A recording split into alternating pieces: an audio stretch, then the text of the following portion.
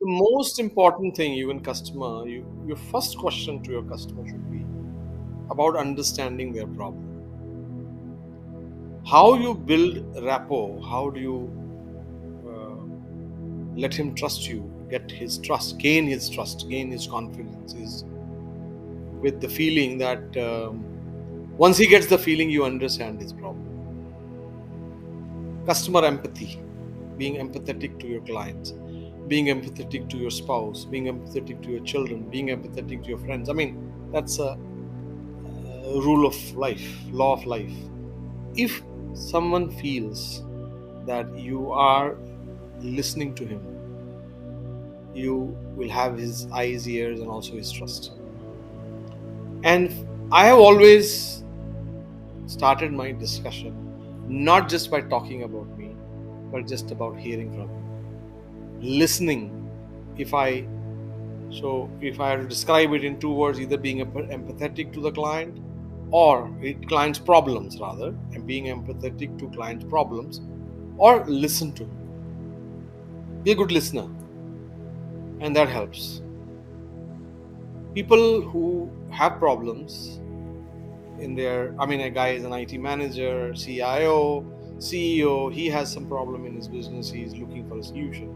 That's why you're talking to him, or that's why he's talking to you. Otherwise, he wouldn't even give you half an hour of his life, right, to talk to you. I mean, he's not looking for a, but in a way, he's looking for a counseling session if he has a problem. But I mean, he's not looking for just kind of a half an hour of killing time. And he has, if you set up his time, you want to make sure he feels that he got his time's worth.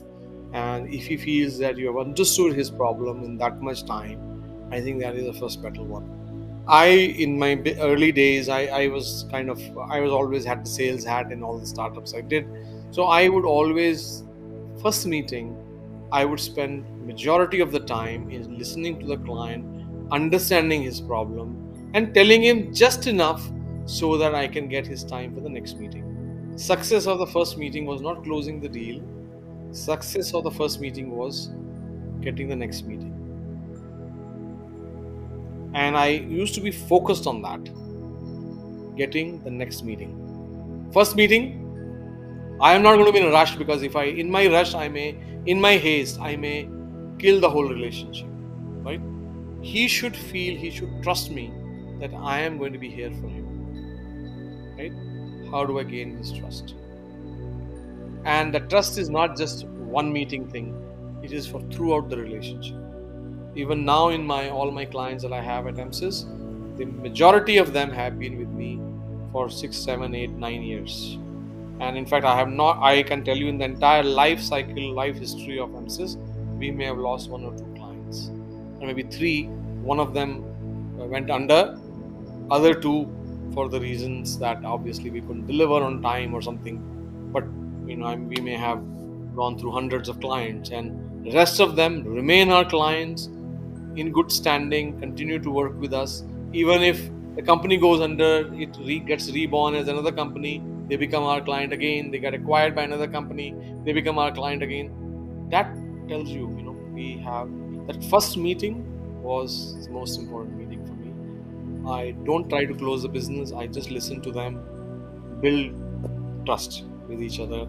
Second meeting, and leave room for the second meeting. The second meeting, I try to tell them more about ourselves. And again, not in a rush, I try to wait for time where I can ask for the third meeting. Now, of course, there are some exceptions to this. As customer says, here is my problem. I have heard somebody told me you have the solution. Tell me today, now, solve my problem tomorrow. That's different. I'm not counting those.